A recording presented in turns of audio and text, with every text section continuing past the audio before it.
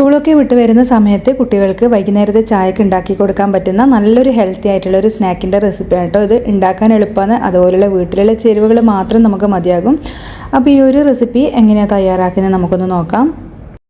ആദ്യമായിട്ട് നമുക്ക് ഒരു പാന് അടുപ്പത്ത് വെച്ച് കൊടുക്കാം. അത് ചൂടാകുന്ന സമയത്ത് ഒരു അര കപ്പ് അവിൽ ചേർത്ത് കൊടുക്കാം. അപ്പോൾ ഞാനിവിടെ മട്ട അവിലാട്ടോ എടുത്തത്. അതാകുമ്പോൾ കുറച്ചും കൂടി ഹെൽത്തിയാണ്, അതുപോലെ തന്നെ നല്ല ടേസ്റ്റും ആയിരിക്കും കഴിക്കാൻ വേണ്ടിയിട്ട്.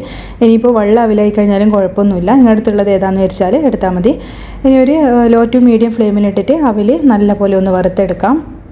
അപ്പോൾ കൈവിടാണ്ട് തന്നെ ഇളക്കിക്കൊണ്ടേയിരിക്കണം, പെട്ടെന്ന് കരിഞ്ഞു പോകാനുള്ള ചാൻസ് ഉണ്ട്. അപ്പോൾ അവിൽ നമ്മൾ ഒന്ന് കൈകൊണ്ട് പൊടിച്ച് നോക്കുമ്പോൾ ഒന്ന് പൊടിഞ്ഞു പോകുന്ന വിധത്തിലാവുന്ന വരെയാണ് നമ്മളിതൊന്ന് റോസ്റ്റ് ചെയ്തെടുക്കുന്നത്. അതിനുശേഷം നമുക്ക് ഫ്ലെയിം ഓഫ് ആക്കിയിട്ട് സൈഡിലേക്കൊന്ന് മാറ്റി വെക്കാം. അപ്പോൾ ഞാനിതൊരു വേറൊരു പാത്രത്തിലേക്കൊന്ന് മാറ്റി വെക്കുന്നുണ്ട്. ഇനി സെയിം പാനിലേക്ക് തന്നെ നമുക്ക് 1 ടീസ്പൂൺ നെയ്യ് ഒഴിച്ചു കൊടുക്കാം. അപ്പോൾ നെയ്യ് ചൂടാകുന്ന സമയത്ത് നമ്മളിതിലേക്ക് ചേർക്കുന്നത് ചിരവിയ തേങ്ങയാണ്. അതൊരു 1/4 കപ്പ് ചേർത്താൽ മതി. അര കപ്പ് അവിലിന് 1/4 കപ്പ് തേങ്ങയാണ് നമ്മൾ ചേർക്കുന്നത്. അപ്പോൾ അത് ഒരു ലോ ടു മീഡിയം ഫ്ലെയിമിലിട്ടിട്ട് നല്ലപോലെ ഒന്ന് റോസ്റ്റ് ചെയ്തെടുക്കണം. ഇതിൻ്റെ ആ ഒരു വെള്ളപ്പറ്റൊക്കെ ഒന്ന് മാറി വരുന്നവരെ റോസ്റ്റ് ചെയ്തെടുത്താൽ മതി. അതുപോലെ ഈ തേങ്ങേൻ്റെ കളറൊന്നും അങ്ങനെ ഒരുപാട് മാറി ബ്രൗൺ കളർ ആവേണ്ട ആവശ്യമില്ല. അപ്പോൾ ഈ ഒരു 5-8 മിനിറ്റ് കൊണ്ട് തന്നെ ഒരു ലോ ടു മീഡിയം ഫ്ലെയിമിലിടുമ്പോൾ തന്നെ ഇത് ഒന്ന് റോസ്റ്റായി കിട്ടും. അതും നമുക്കൊന്ന് സൈഡിലേക്ക് മാറ്റാം.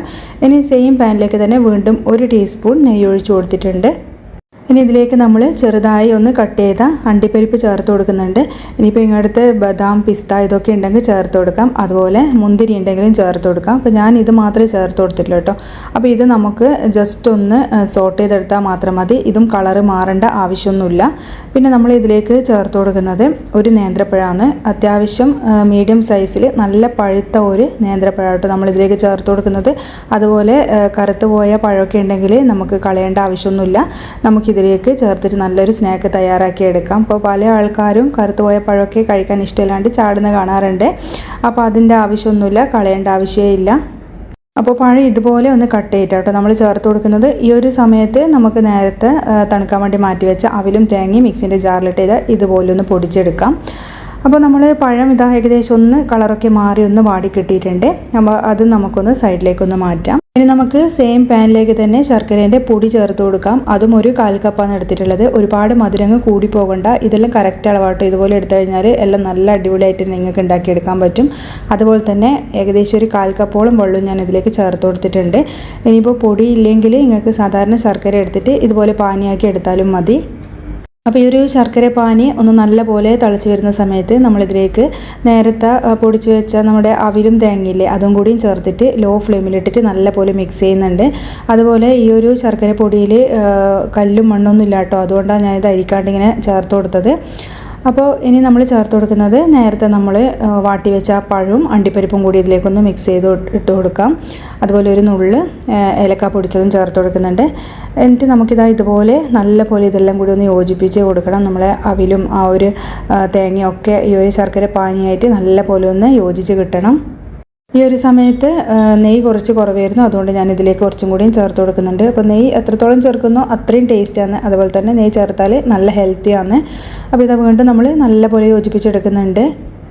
അപ്പോൾ ഇതിൽ ഒരുപാട് മധുരം മുന്നോട്ട് നിന്നാൽ കഴിക്കാൻ അധികം ടേസ്റ്റ് ഉണ്ടാവില്ല കേട്ടോ. കാരണം നമ്മൾ പഴവും അത്യാവശ്യം നല്ല പഴുത്തതാണ് എടുത്തത്, അതിൻ്റെയും മധുരമൊക്കെ ഉണ്ടാകും. അതുകൊണ്ട് ശർക്കരയൊക്കെ നോക്കിയിട്ട് വേണം ചേർത്ത് കൊടുക്കാൻ വേണ്ടിയിട്ട്. അപ്പോൾ ഇത് എത്ര കഴിച്ചാലും മതിയാകാത്ത തരത്തിലുള്ള നല്ലൊരു സ്നാക്കിൻ്റെ റെസിപ്പി ആട്ടോ ഇത്. അപ്പോൾ ഇതാ നമ്മൾ നല്ല പോലെ തന്നെ യോജിപ്പിച്ചെടുത്തിട്ടുണ്ട്. ഇതൊക്കെ ചെയ്യുന്നത് ചെറിയ ഫ്ലെയിമിലിട്ടിട്ട് വേണം. അപ്പോൾ എല്ലാം നല്ലപോലെ ഒന്ന് യോജിച്ച് കിട്ടിക്കഴിഞ്ഞാൽ നമുക്കൊന്ന് അടുപ്പത്തു നിന്ന് മാറ്റി കൊടുക്കാം. എന്നിട്ട് ഏകദേശം ഒന്ന് തണുത്ത് കഴിയുമ്പോൾ നമുക്കിത് ഉണ്ടകളാക്കി മാറ്റി വെക്കാം. അപ്പോൾ ഏകദേശം ഒരു 4-5 മിനിറ്റ് കൊണ്ട് തന്നെ ഇതൊന്ന് തണുത്ത് കിട്ടും. വേണമെങ്കിൽ പെട്ടെന്ന് ഒന്ന് തണുക്കാൻ വേണ്ടിയിട്ട് വേറൊരു പാത്രത്തിലേക്ക് അങ്ങ് മാറ്റിയിട്ടും അങ്ങനെ നിങ്ങൾക്ക് ചെയ്ത് കൊടുക്കാം. ഇപ്പോൾ ഇത് കുറച്ച് അളവിലല്ലേ ഞാൻ ഉണ്ടാക്കിയിട്ടുള്ളൂ, അതുകൊണ്ട് തന്നെ പെട്ടെന്ന് ഇത് തണുത്ത് കിട്ടും. ഇനിയിപ്പം കൈകൊണ്ട് തൊടാൻ പറ്റുന്ന ആ ഒരു ചൂട് ആകുന്ന സമയത്ത് തന്നെ ഇത് ഉണ്ടകളാക്കി മാറ്റി വെക്കുന്നുണ്ട്. അപ്പോൾ ഏത് ഷേപ്പിൽ വേണമെങ്കിലും നിങ്ങൾക്കിത് ചെയ്തെടുക്കാം. അതുപോലെ തന്നെ ഉണ്ടയാക്കി മാറ്റണമെന്നൊന്നുമില്ല. ഇതുപോലെ സ്പൂൺ കൊണ്ട് കഴിക്കാനും നല്ല ടേസ്റ്റ് ആയിട്ടാണ് കോരി കഴിക്കാൻ. അപ്പോൾ എങ്ങനെ ആയിക്കഴിഞ്ഞാലും നിങ്ങൾക്ക് നല്ല അടിപൊളിയായിട്ട് തന്നെ ഇത് ഈ ഒരു റെസിപ്പി ഉണ്ടാക്കിയെടുക്കാൻ പറ്റും. അപ്പോൾ വീഡിയോ ഇഷ്ടമായാലും ലൈക്ക് ചെയ്യാനും ഷെയർ ചെയ്യാനും അതുപോലെ സബ്സ്ക്രൈബ് ചെയ്യാനും ഒന്നും മറക്കരുത്. അതുപോലെ കുട്ടികൾക്ക് ഉണ്ടാക്കി കൊടുക്കുകയും ചെയ്യണേ. നല്ലൊരു റെസിപ്പിയാണ്, നല്ല ഹെൽത്തിയാണ്, കഴിക്കാനും നല്ല ടേസ്റ്റാണ്. ഇനി അടുത്ത വീഡിയോയിൽ കാണാം. Thank you.